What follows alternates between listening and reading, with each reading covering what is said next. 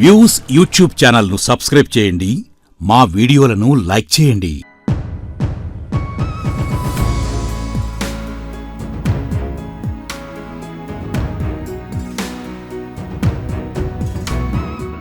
నమస్కారం. వ్యూస్ ఛానల్కి స్వాగతం. 94 సంవత్సరాల వయస్సులో సాధారణంగా హాయిగా ఖాళీగా కూర్చుందాం అనే తత్వంలో ఉంటాం మనుషులం. కానీ వయస్సు అనేది మనస్సుకి లేదు అని చెప్పారు సింగీతం శ్రీనివాసరావు గారు. తన పేరునే ఒక సినిమాగా తీసి ఇప్పుడు బాగా ప్రభంజనంలాగా వెళ్తుంటే ఒక ట్రెండ్ క్రియేట్ చేసినట్టుగా అందరూ దాని గురించే మాట్లాడుకుంటున్నారు. అదే సింగ్ గీతం.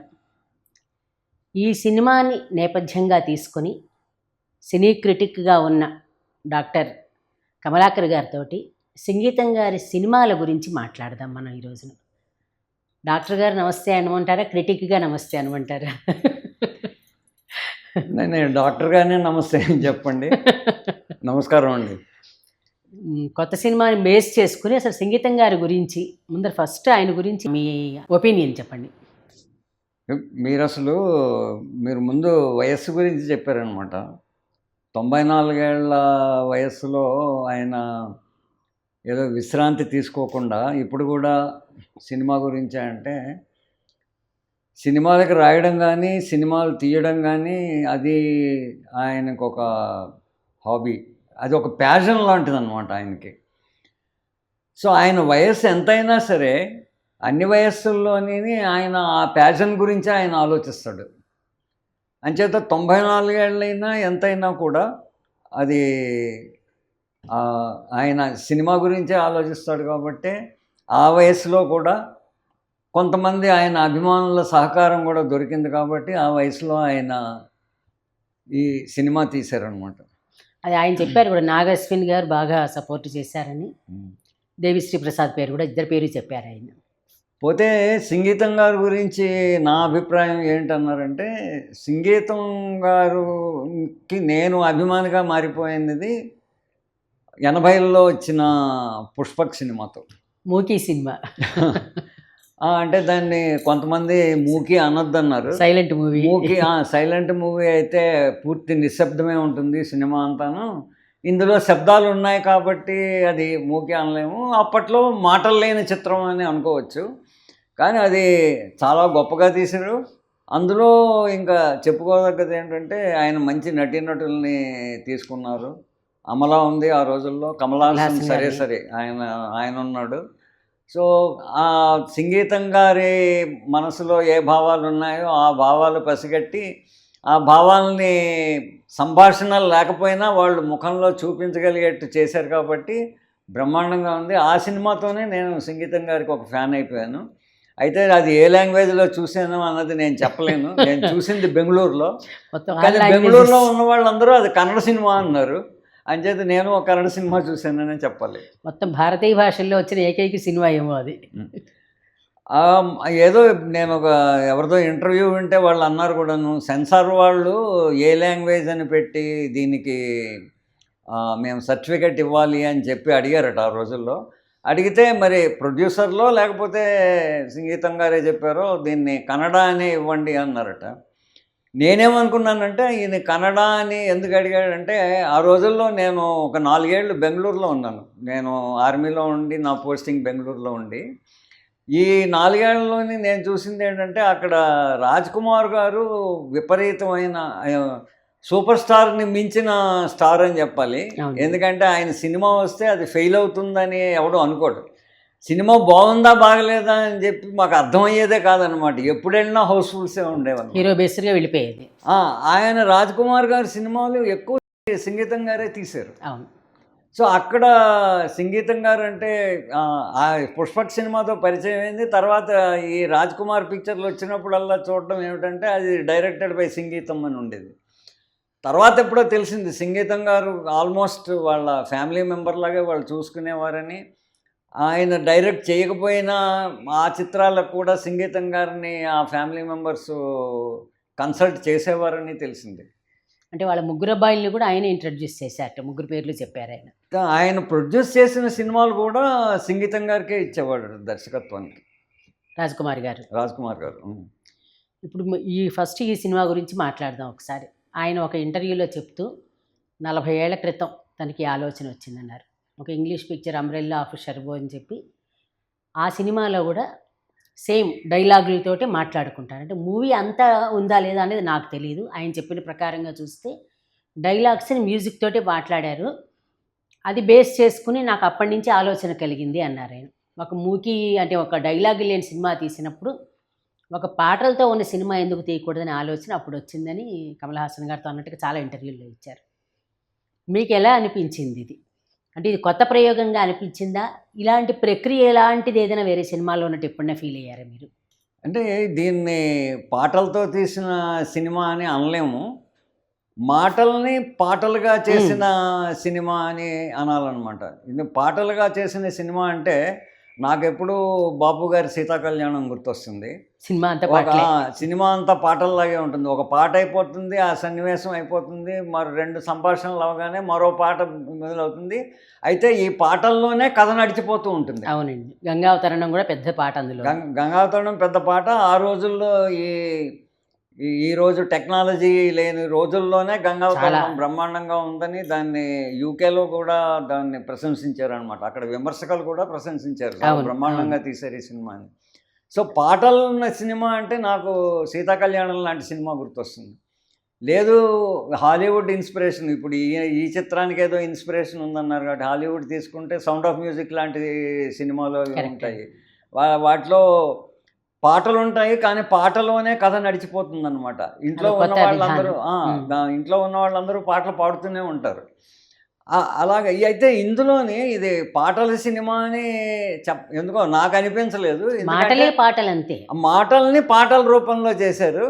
దానికి ఏంటంటే ఒక ప్రకృతి వైపరీత్యం వల్లే వీళ్ళ మాటలు పోయి పాటలు అయిపోయాయి అన్న ఒక ఉద్దేశాన్ని ఇందులో చూపించారు. ప్రకృతిని కాపాడుకోమని చెప్పారు. అంటే ఒక మంచి మెసేజ్గా కూడా ఆయన చాలా, అంటే అందరూ ఆచరించదగిన లాంటి మెసేజ్ ఇచ్చారు. అయితే మాకు సినిమా చూసిన ప్రేక్షకులుగా ఏమనిపించిందంటే అలా చెప్పే అర్హత సంగీతం గారికి ఉంది అనిపించింది. మామూలుగా కథలు రాసేవాళ్ళు కానీ సినిమాలు తీసేవాళ్ళు వాళ్ళు ఆచరించేది వేరు, చూపించేది వేరు. ఇది చూస్తే ఆయన ఆచరించి చూపించినట్టుగా అనిపించింది ఒక ప్రేక్షకులుగా మాకు. సరే, తర్వాత చాలా వెరైటీ సినిమాలు తీశారు సంగీతం గారు. ఆ వెరైటీల్లో మీకు బాగా ఏంటి ఇంత ఎలా తీశారు అని ఆలోచింపజేసిన సినిమాల గురించి చెప్పండి. అంటే ఆయన సంగీతం గారు మామూలుగా ఏంటంటే నాకేమనిపిస్తుందంటే ఆయన ఒక మెసేజ్ ఇవ్వాలని చెప్పి ఒక సినిమా తీస్తారు. తర్వాత ఇది ప్రేక్షకుల్లో అన్ని వర్గాల వారికి, అది చిన్నవాళ్ళు అవ్వచ్చు, చదువుకున్న వాళ్ళు అవ్వచ్చు, చదువుకోని వాళ్ళు అవ్వచ్చు, కుటుంబ సభ్యులు అవ్వచ్చు, అందరినీ ఆకర్షించేట్టు తన స్క్రీన్ ప్లే ఉండాలని కూడా ఆలోచిస్తారు. కానీ ఆయనకి ఒకటి ఉన్నది ఏంటంటే తను చెప్పాలనుకున్న మెసేజ్ని ఒక ఛాలెంజ్ తీసుకుని చెప్తారనిపిస్తుంది అనమాట.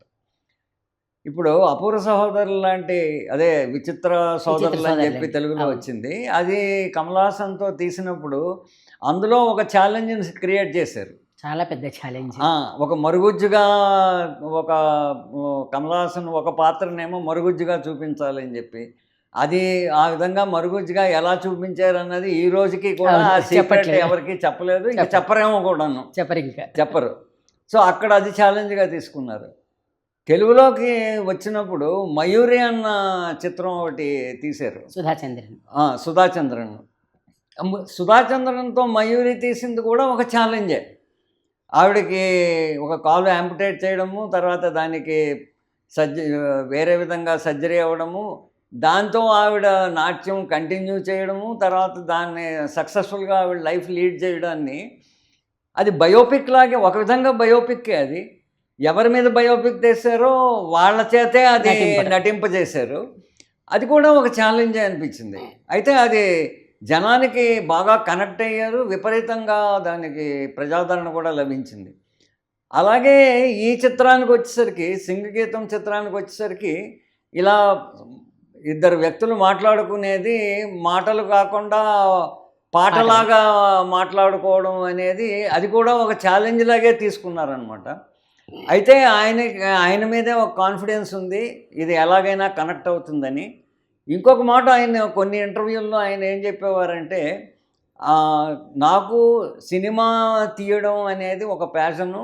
నేను సినిమా తీస్తాను, తీసిన సినిమా చూసుకుంటాను, నేను అనుకున్నట్టు వచ్చిందా లేదా అని చూస్తాను, అక్కడితో వదిలేస్తాను అన్నారు. అవును.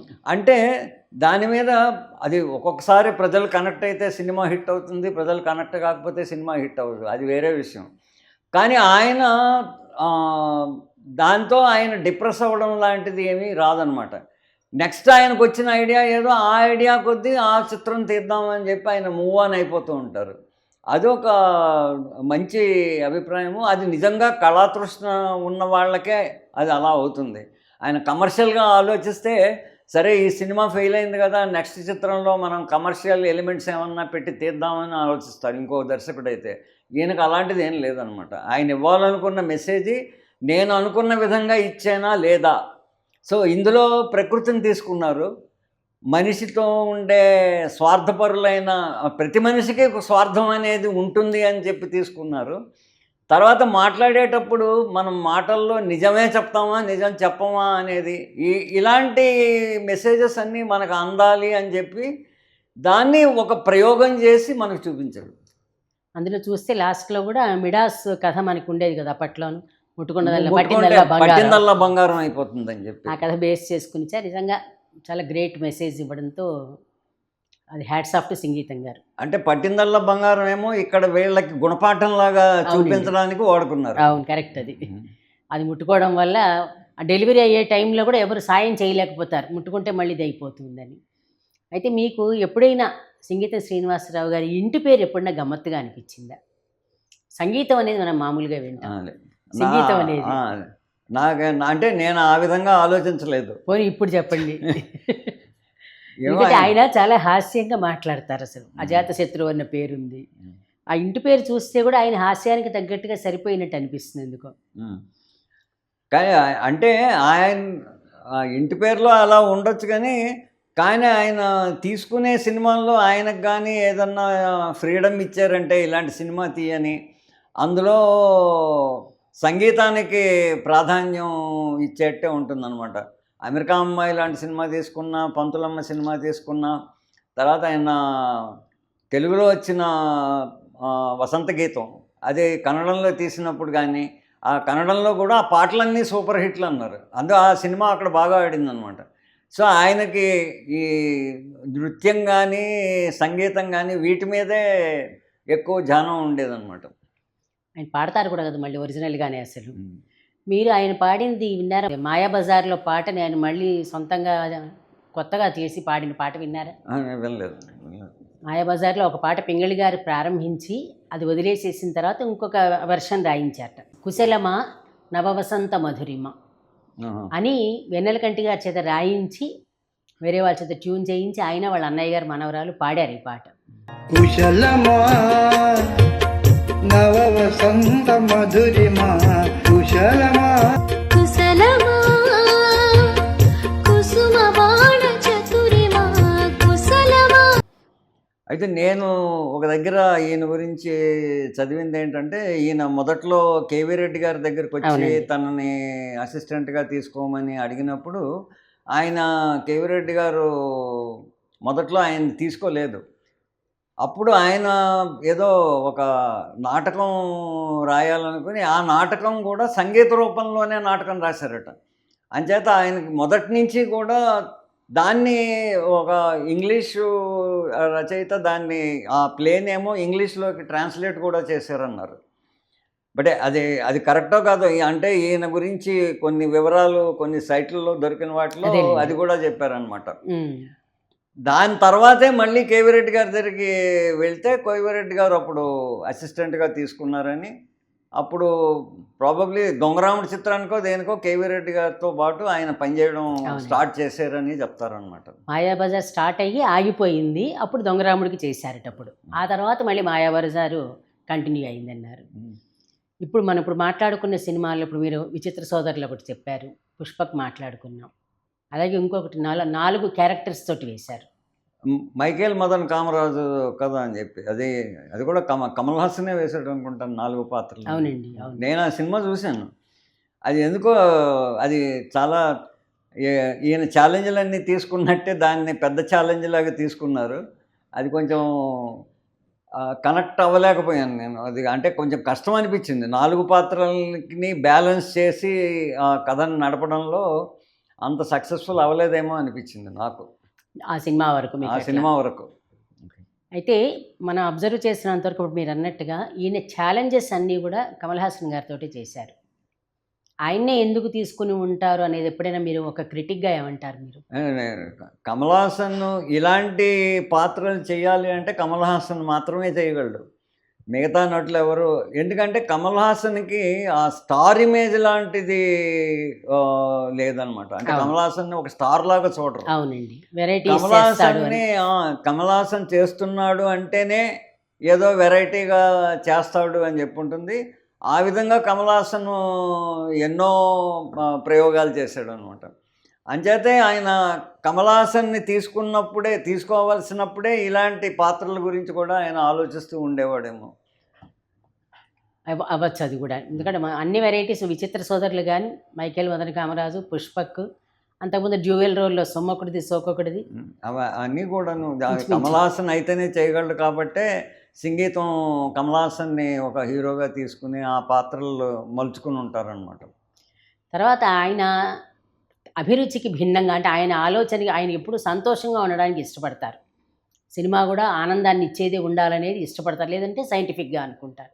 ఆయన అభిరుచికి లేదా ఆయన ఆలోచనకి భిన్నంగా వచ్చిన అమావాస్య చంద్రుడి గురించి మీరు చూడకపోయినా దాని గురించి ఊరికే క్రిటిక్గా చెప్పండి. చూసుండొచ్చు, చూడకపోవచ్చు మీరు. ఏమో యాక్చువల్లీ నేను అమావాస్యంద్రుడు చూడలేదు. బట్ అది కూడా బ్లైండ్ హీరోని తీసుకుని తీసాడనమాట. బట్ నాకంత అభిప్రాయం ఏం లేదు ఆ సినిమా మీద. అది ఫెయిల్ అయింది, సినిమా ఫెయిల్ అయింది. కమల్ హాసన్ ఎలా చేశాడని కూడా తెలియదు నాకు. ఎందుకో అది చూడాలని కూడా అనిపించలేదు. తర్వాత ఒకే శాటిలైట్ ఛానల్స్ వచ్చిన తర్వాత చూసి ఉండొచ్చు, కానీ అది ఎందుకో చూడాలని కూడా అనిపించలేదు. అంటే అది కూడా ఆయన ఛాలెంజింగ్ అన్నారు. నీతి నిజాయితీలో ఒక మూగవాడి క్యారెక్టర్తో సినిమా తీశారట. సినిమా అంతా మూగవాడే. అప్పుడు అలా తీశారు. తర్వాత కమల్ హాసన్ కోరిక మీద ఇది బ్లైండ్ని పెట్టి తీశారని అంటారు. అయితే ఇప్పుడు తర్వాత మీరంటే చూడలేదన్నారు కాబట్టి పర్వాలేదు. ఇటీవల అంటే మనకి ఆయన రీసెంట్ టైమ్స్ కింద లెక్క, అంటే 30 ఏళ్ల క్రితమే అవ్వచ్చు, కానీ బృందావనం సినిమా చూసారా? నాకు చూడలేదు. బృందావనం. అదే రాజేంద్ర ప్రసాద్తో తీసిన అవునండి, సినిమా అవును. అది. అది ఎంత హాస్యంగానే తీశారు. అది కామెడీ అని చెప్పి అన్నారు, కానీ చూడలేదు. రాజేంద్ర ప్రసాద్, రమ్యకృష్ణ అనుకుంటా. అవునండి, చూడలేదు. రాధాకుమారి గారు, రావికొండలరావు గారు, స్టార్స్ అంతా ఉన్నారు, మిగిలిన వాళ్ళందరూ. అది చూడలేదు. భైరవ ద్వీపం గురించి మాట్లాడింది. భైరవ దీపం నాకు పాతాళ భైరవ్ లాగే ఉందన్నమాట. అంటే వాళ్ళ గురువు గారు తీసిందే. సినిమా అంతా అలాగే ఉంది, చాలా బాగుంది. అయితే భైరవ దీపం ఆ ఫోక్లోరు ఎన్టీ రామారావు గారు తీసిన ఫోక్లోర్ సినిమాలన్నీ నేను చాలా చూసేవాడిని అనమాట. అంటే చాలా ఎంటర్టైనింగ్గా ఉంటాయి. అంటే వాటిలో మనకి ఒక ఫ్యాంటసీ లాంటి ఇది క్రియేట్ అవుతుంది కాబట్టి, సో మన స్ట్రెస్ బస్టర్ ఫీలింగ్ రావాలి అంటే ఒక జానపద చిత్రం చూస్తే బాగుండు అనిపించేది అనమాట.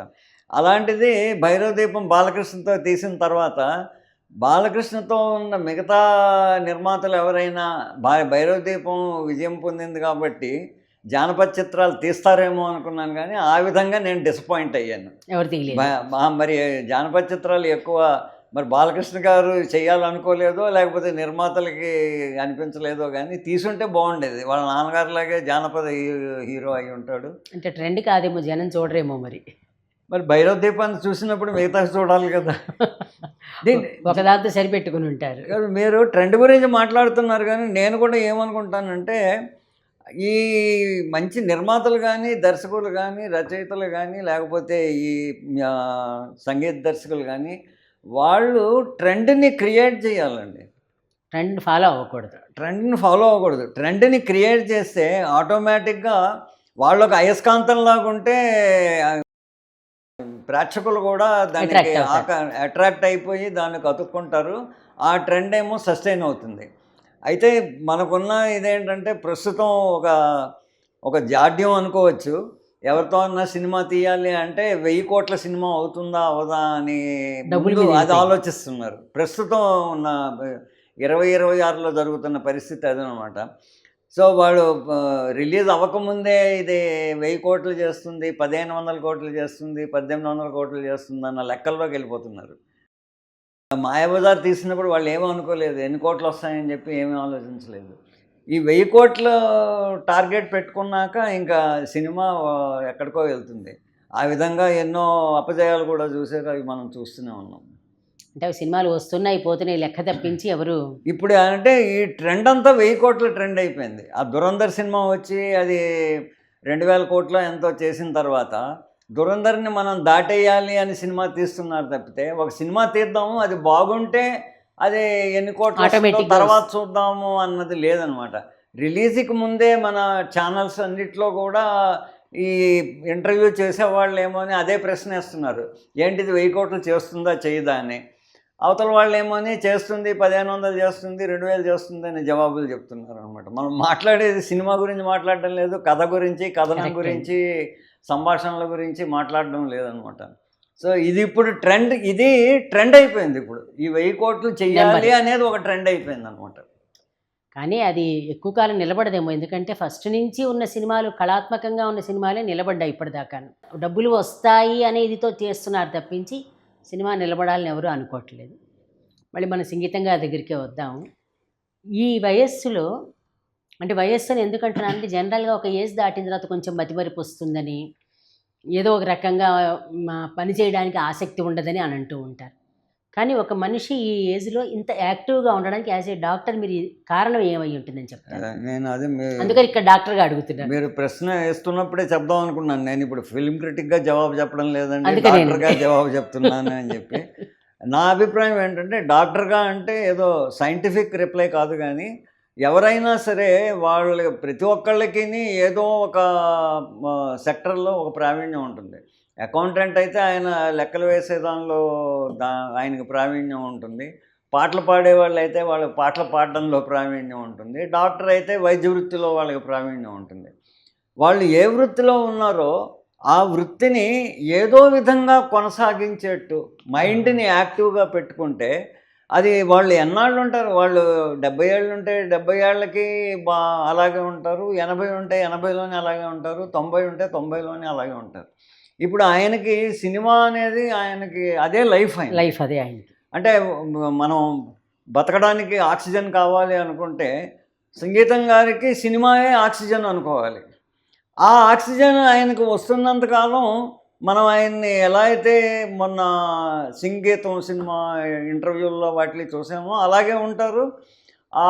ఆయన మాట్లాడేది కానీ ఆయన మెమొరీస్ కానీ అవన్నీ కూడా గ్రీన్గానే ఉంటాయి అన్నమాట. సో ఎవరైనా సరే వాళ్ళ వృత్తిని ఏదో విధంగా కంటిన్యూ చేయాలి. ఇప్పుడు ప్రభుత్వం నియమించింది అంటే 60 ఏళ్ళకి మీరు రిటైర్ అవ్వాలన్నారు. రిటైర్ అయిన తర్వాత నేనేం చేయాలి అనేది ప్రతి ఒక్కళ్ళు ఏదన్నా ప్లాన్ చేసుకోవాలి. అంటే అందరికీ అవకాశాలు వచ్చేస్తాయని నేను చెప్పను. ఏదో విధంగా మనం మైండ్ని ఆక్యుపై చేయాలి. చేసామంటే ఇప్పుడు సంగీతం గారు ఉన్నట్టే అందరూ ఉండొచ్చు. అది కారణం, అది దాన్ని కంటిన్యూ చేయడం అనేది కారణం. మీకు ఇప్పుడు ఇన్ని సినిమాలు చూసిన మీదట ఇన్ని విలక్షణమైన సినిమాలు తీసిన దర్శకుడు ఇంకెవరైనా కనబడ్డారా? అంటే ఒక సినిమాకి పోలిక ఉండదు. ఇప్పుడు కొంతమంది జానపద సినిమాలు తీస్తే వాళ్ళు జానపద సినిమాలే తీస్తారు, కొంతమంది యాక్షన్ మూవీస్ తీస్తే యాక్షన్వే తీస్తారు. నేను ఇంత విలక్షణంగా తీసిన దర్శకులు అని చెప్పి చెప్పలేం. ఎందుకంటే శాంతారాము అలాంటి వాళ్ళు కూడా ఆయన కళల్లోనే తీసేవాడు, కానీ ఆయన ఎప్పుడు ఆయన సినిమాలో నాట్యమే ప్రధానంగా ఉండేదన్నమాట. సత్యత్రి అవి తీస్తే ఆయన లైఫ్ని స్టార్క్ రియాలిటీ ఆఫ్ లైఫ్ని చూపించేవాడు అనమాట. ఆయన సినిమాలన్నీ అలా లైఫ్నే చూపించేట్టుంటాయి అన్నమాట. బట్ ఈయన చాలా డైవర్స్ అని చెప్పాలన్నమాట. ఏ టాపిక్ తీసుకున్నా ఆ టాపిక్ మీద అంటే ఒక మెసేజ్ ఇవ్వాలనుకునేవాడు, ఆ మెసేజ్ని ఇవ్వడానికి నెరేటివ్లో ఏదో కొత్తదనం తీసుకొచ్చేవాడు అనమాట. అయితే ఆ కొత్తదనం సక్సెస్ అవుతుందా అవ్వదా అన్నది ఆయన ఆలోచించేవాడు కాదనమాట. అంటే కంటిన్యూస్గా ఆయన ప్రయోగాలు చేస్తూనే ఉండేవాడు. అలాంటి విలక్షణత నాకు తెలిసి ఇంకో డైరెక్టర్ ఎవరు లేదు.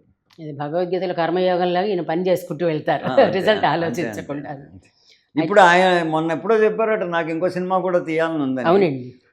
ఒకవేళ అది ఆయన తీస్తే అది ఇంకో విధంగా ఉంటుంది, అందులో ఇంకో ఛాలెంజ్ ఏదో ఆయన తీసుకుంటారు. ఉన్నాయట ఆయన దగ్గర ఇప్పటికి కూడా. ఆదిత్య తర్వాత 669 లేదా 969 ఏదో తీస్తానన్నారు. ఆదిత్య 999 అని చెప్పి అనౌన్స్ చేశారు. ఏదో అది ఇప్పటికీ స్టోరీ రెడీగా ఉందట. ఎవరు వచ్చినా చేస్తానని మొన్న రీసెంట్గా ఇచ్చిన ఇంటర్వ్యూలో చెప్పారు.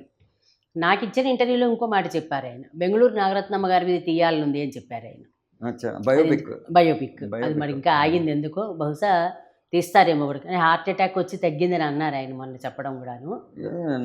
నాగస్విన్ ఏమో ఆయన్ని గురువులాగా తీసుకున్నాడు కాబట్టి నాగస్విన్ సహాయం అందితే అది తీయొచ్చు అనమాట.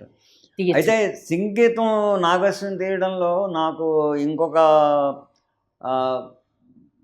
వ్యూ పాయింట్ ఏమొచ్చిందంటే, ఒక దర్శకుడు ఇంకొక ప్రతిభ ఉన్న దర్శకుడిని ఈ విధంగా ఈ సినిమా దాన్ని ప్రొడ్యూస్ చేసి ఆయన కోరికని, అంటే ఆయన ఒక డ్రీమ్ని రియలైజ్ చేసేట్టు చేయడం అన్నది ఇది చాలా బాగుందన్నమాట. అంటే నాగస్విన్ థాట్ బాగుంది. కరెక్ట్, మంచి మాట చెప్పారండి, అది మాత్రం కరెక్ట్. లేకపోతే ఒక దర్శకుడు ఇంకో దర్శకుడిని, మామూలుగా ఒక దర్శకులందరూ కూడాను వాళ్ళ ఈగోలు వాళ్ళకు ఉంటాయి. అలాంటిది నాగస్విని ఆల్రెడీ పెద్ద పేరున్న డైరెక్టర్ అయిపోయాడు అనమాట. ఇది కల్కి తీసిన తర్వాత ఆయన పాన్ ఇండియా డైరెక్టర్ అంటున్నారు. సో అంతకుముందు మహానటి, ఎవడే సుబ్రహ్మణ్యం అవన్నీ తీసినప్పుడు ఇంకా చిన్న డైరెక్టర్ అనుకోవచ్చు, కానీ మహానటి తీయడంలో కూడా నాగస్విని వేరియేషన్ చూపించాడు. అప్పుడు కూడా ఈయన సలహా తీసుకున్నట్టు మెంటర్గా వర్క్ చేశారు ఈయన. కల్కికి కూడా చేశారు. మహానటికి ఈయన సహాయం తీసుకున్నాడు, కల్కికి కూడా ఈయన సహాయం తీసుకున్నాడు. ఆ సహాయం తీసుకుని వదిలేయకుండా, మర్చిపోకుండా గురుదక్షిణలాగా ఏమోని ఆయన ప్రతిభని మళ్ళీ ఈ తరం వాళ్ళకి ఆయన ప్రతిభని చూపించాలని చెప్పి సింగు గీతం అని ఒక సినిమా తీసి మన ముందుకు తీసుకురావడం అనేది నాగస్విని నిజంగా అభినందించాలి. డెఫినెట్గానండి. ఆ పేరు కూడా బహుశా, ఎందుకంటే అంతకుముందర యక్షగానం అన్న పేరు అనుకున్నట్ట, రకరకాల పేర్లు అనుకున్నట్టు దీనికి. బహుశా సంగీతం గారి పేరు రావాలని ఇది ఆలోచించి పెట్టుంటారు, సింగ గీతం అనేది ఆయన పేరులో. అది ఆయన పేరులోనే ఉన్నది అని చెప్పి అదొక సిగ్నేచర్ కింద ఉండిపోతుంది కదా, సంగీతం గారి సిగ్నేచర్ కింద ఉండిపోతుంది. కానీ ఇంతకు ముందర ఎవరైనా ఇలాగ ఇప్పుడు నాగస్విన్ ఇలా చేసినట్టుగా ఇంకెవరైనా డైరెక్టర్స్ ఎప్పుడున్నా మీకు వేరే లాంగ్వేజెస్లో ఏమైనా ఐడియా ఉందా? అలాగే మీరు విన్నంత వరకు?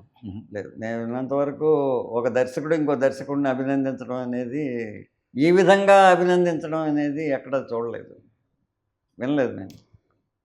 కానీ ఇంకొకటి అనిపించిందండి సినిమా చూసిన తర్వాత, నాగస్విన్ గారు అయితే యంగ్ జనరేషన్ అనుకుందాం, సంగీతం గారు మన ఏజ్ పర్ చెప్తే కనుక 94 అంటే కొంచెం ఎక్కువ ఏజ్ అనుకుంటాం.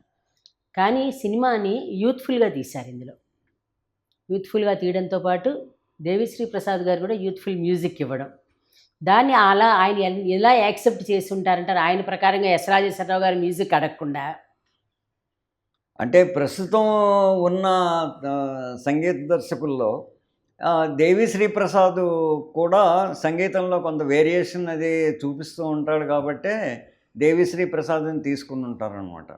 అంటే కొంచెం ఈ మధ్యలో వస్తున్న సినిమాలలో సంగీతంలో శబ్దఘోష ఎక్కువ అవుతున్నది. అయితే ఈ శబ్దఘోష లేకుండా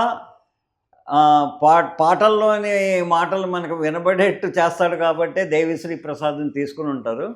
ఇందులోనేమో మాటలే పాటలు అవుతాయి కాబట్టి ఆ మాటలు వినబడకపోతే ఇంకా ఈ సంగీతం ఫెయిల్ అవుతుంది. అవును, అందువల్లనే దేవిశ్రీ ప్రసాద్ని తీసుకుని ఉంటారు. మెలోడియస్గాను చేస్తాడు కూడా కాబట్టి అందులో ఎవరి గొంతుతో వాళ్ళు పాడుకోవడం ప్రత్యేకం. మళ్ళీ ఈ సినిమాలో మరి మాటలు సంభాషణలు వాళ్ళే చెప్పాలి కాబట్టి వాళ్ళ చేతే పాటించారు. మరి పాత రోజుల్లో 1950s వాటిలోని మన యాక్టర్లు అందరూ వాళ్ళే పాడుకునేవారు. నాగయ్య గారు వాళ్ళే పాడుకునేవారట కదా. మరి ఆ ట్రెండ్ని ఇక్కడ చూపించాల్సి వచ్చిందేమో మరి. అయ్యి ఉండొచ్చు బహుశా. అయితే ఇప్పుడు మనం ఇంకోటికి అక్కర్లేనిదే కలుపుతాను దీంట్లో. ఇది మ్యూజిక్ డే, జూన్ 21 అంటే ఇంటర్నేషనల్ సంగీత దినోత్సవంతో పాటు యోగా దినోత్సవం కూడా ఉంది. ఇలా ఆరోగ్యంగా ఆలోచించడానికి కానీ, ఆరోగ్యంగా ఉండడానికి కానీ యోగా ఏమైనా ఉపయోగపడుతుందా? ఆరోగ్యానికి యోగా ఉపయోగపడుతుందని చెప్పి నేను మళ్ళీ చెప్పాల్సిన ఆరోగ్యంగా ఆలోచించడానికి అంటున్నానండి. అంటే ఒక డాక్టర్గా మీరు యోగా గురించి కూడా ఊరికే ఒక ముక్క మాట్లాడినట్టు అంతే. అంటే యోగా యోగాతో వచ్చేది ఏంటంటే మైండ్ థాట్ ఫ్రీ అవుతుంది కొంతవరకు. అంటే మెడిటేషన్లో ఏం ఎఫెక్ట్ ఉన్నదో అదే ఎఫెక్ట్ యోగాతో కూడా వస్తుందన్నమాట. ఆ ఎఫెక్ట్ ఉండబట్టే మన బాడీలో ఉన్న సిస్టమ్స్ అన్నిటినీ కూడా యోగా ప్యూర్ చేస్తుంది. దాన్ని అందులో ఏమి అవకతవకలు లేకుండా, దానివల్ల ఏం డిసీజెస్ రాకుండా చేస్తుంది అని కూడా ఎంతో అవుతున్నాయి. ఈ మధ్యనే yoga role of yoga in diabetes అని చెప్పి ఒక బుక్ కూడా రిలీజ్ చేశారు. దాని మీద 3 ఎండోక్రైనాలజిస్టులు రీసెర్చ్ చేశారు. సో ఆ విధంగా ఆరోగ్యానికి యోగా అవసరము అని చెప్పి అన్నారనమాట. మనం ఆరోగ్యంగా ఉంటే ఆలోచనలు కూడా బాగానే ఉంటాయి కాబట్టి యోగా వల్లే ఆలోచనలన్నీ బాగుండేట్టు కనెక్ట్ అవుతుంది. అంతేకాకుండా సంగీతం ఒకటి, సంగీతం కూడా మన మైండ్ని ప్రశాంతత తీసుకొస్తుంది అనమాట. అంటే శబ్దఘోష లేని సంగీతం, కొంచెం మెలోడీ ఉన్న మెలోడీ ఉన్న సంగీతం, లేకపోతే పాల్పిటేషన్ వస్తుంది. మెలోడీ ఉన్న సంగీతం అయితే మనకి ప్రశాంతత కూడా వస్తుంది. దానివల్ల కూడా ఆలోచనలు అవి బాగా వస్తాయి అన్నమాట. అయితే ఇంకా ఈరోజు ఇంకొకటి కూడా కలుస్తుంది మనకి, జూన్ 21 ఈసారి ఫాదర్స్ డే కూడా కలిసింది. దాని గురించి కూడా ఊరికే సరదాగా, అంటే ఈయన ఇప్పుడు డైరెక్టర్స్ అందరికీ తండ్రి లాంటి వారు. ఇప్పుడు ఈయన సంగీతం గారు వయసులో ఆయన తండ్రి లాంటి వాడు అనమాట, వయసు వరకు. అందుకని ఆయన ఒకసారి ఫాదర్స్ డే గురించి కూడా ఆయన ఫాదర్స్ డే గురించి చెప్పడానికి ఏముందండి, నేను ఒక ఫాదర్ లాగే ఉన్నాను కాబట్టి. అంటే మన అంటే నా ఉద్దేశంలో ఫాదర్గా చూడాల్సింది ఏంటంటే, ఒక ఇంట్లో ఉన్న కుటుంబ సభ్యులు మాత్రమే ఇతను మాకు తండ్రి అని చూసా కన్నా, అతనితో కనెక్ట్ అయిన వాళ్ళందరూ కూడా అతను తండ్రి లాంటి ఆప్యాయత చూపిస్తూ ఉంటే అందరూ కూడా అతన్ని ఫాదర్ లాగే చూసి ఆ విధంగా ఫాదర్స్ డేని సెలబ్రేట్ చేసుకుంటే బాగుంటుంది. ఒక కుటుంబంలోనే వాళ్ళ తండ్రికి శుభాకాంక్షలు తెలపడం కన్నా, వాళ్ళకి పరిచయమైన వాళ్ళు ఎవరైతే వాళ్ళకి అటువంటి ప్రేమను తండ్రి అందించే ప్రేమ లాంటి ప్రేమను అందించే వాళ్ళు ఉంటారో వాళ్ళని కూడా ఫాదర్ లాగా చూసుకుంటే బాగుంటుంది.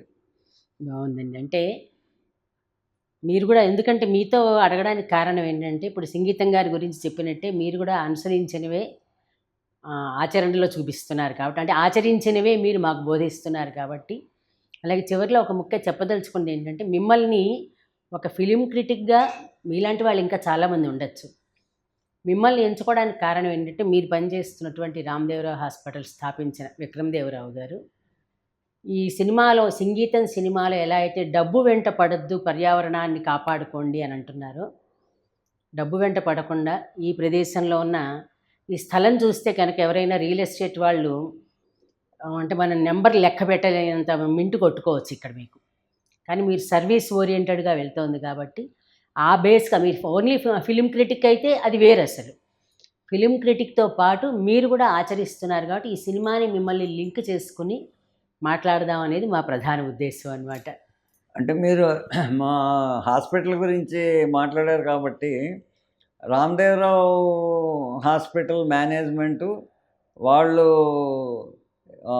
మనం ఇప్పుడు ఒక ₹1,00,000 పెట్టో లేదా ₹1,00,00,000 పెట్టో ఒక పరికరాన్ని కొనాలి అంటే, ఈ పెట్టిన ₹1,00,000 ఎలా వస్తాయి, ఈ ₹1,00,00,000 ఎలా వస్తాయని ఆలోచించరు. దానివల్ల మనం అందించే ఆ పరికరంతో మనం అందించే సేవలు చుట్టుపక్కల ఉన్న ఆసుపత్రుల్లో ఏ రేట్లో తీసుకుంటున్నారో ఆ రేట్ల కన్నా తక్కువ రేట్లోనే మనం అందించాలి అని చెప్పి ఆలోచిస్తారు. సో మా మేనేజ్మెంట్కి అయితే రామదేవరావు గారి ఫ్యామిలీ మెంబర్లే మా మేనేజ్మెంటు. ఆ ఫ్యామిలీ మెంబర్లు ఎవరికి కానీ డబ్బు వెంట పరిగెత్తే అభిప్రాయం లేనే లేదన్నమాట. రెండోది, మా రామదేవరావు హాస్పిటల్ కొన్ని విశాలమైన ఎకరాల స్థలంలో ఉంది. దీన్ని లంగ్స్ ఆఫ్ కుక్కట్పల్లి అని కూడా అంటూ ఉంటారు. మీరు హాస్పిటల్కి అవతల పక్క యువతల పక్క ఎక్కడ చూసినా కూడా కంప్లీట్ గ్రీనరీ ఉంటుంది, చాలా చెట్లు ఉన్నాయి. ఇక్కడ కాంక్రీట్ బిల్డింగులు ఈ మొత్తం ఏరియాలో శివానంద రిహాబిలిటేషన్ హోమ్ దగ్గర గేటు దగ్గర స్టార్ట్ అయ్యి రామదేవరావు హాస్పిటల్ గేట్ వరకు ఎక్కడా కూడా బిల్డింగులు తక్కువ, చెట్లు ఎక్కువ. కరెక్ట్. సో సినిమాలో ఇచ్చిన మెసేజ్లో డబ్బు ఎంత పరిగెత్తకపోవడము, ప్రకృతిని కాపాడడం, కాపాడడం. పరిరక్షించుకోవడము రెండూ కూడా రామదేవరావు హాస్పిటల్లో జరుగుతున్నాయి. అందుకే చెప్పాం కదా, మెయిన్ కారణం అది. మీ అందరూ కూడా, మీరు కూడా ఇప్పుడు మాకు అనిపిస్తుంది ఏంటంటే, మీరు ఇక్కడి నుంచి ఇంకో హాస్పిటల్కి వెళ్తే మీకు కూడా త్రిబుల్ రేట్ వస్తుంది అమౌంట్, మీకు కూడా జీతం కింద. అసలు నేను ఆలోచించడమే లేదు దాని గురించి. లేదు, అందుకనే చెప్తున్నాను. మీరు ఎవరైనా సరే అనుసరించి ఆచరించే వాళ్ళ మాటకి ఎప్పుడు విలువ ఉంటుంది. కాబట్టి దీనికి మన ఇంటర్వ్యూకి సంబంధం లేకపోయినా సరే, ఇది మాట్లాడడానికి కారణం ఏంటంటే, నిజాయితీ ఉన్న వాళ్ళతో ఇంటర్వ్యూ చేయాలనుకున్నాను, చేసాం. అది మాకు తృప్తి, అంతకంటే ఏం లేదు. నమస్కారం అండి.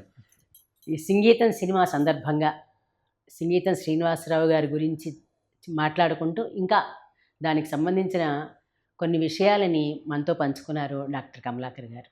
మీకు చాలా ధన్యవాదాలండి. నమస్కారం. నమస్తే అండి.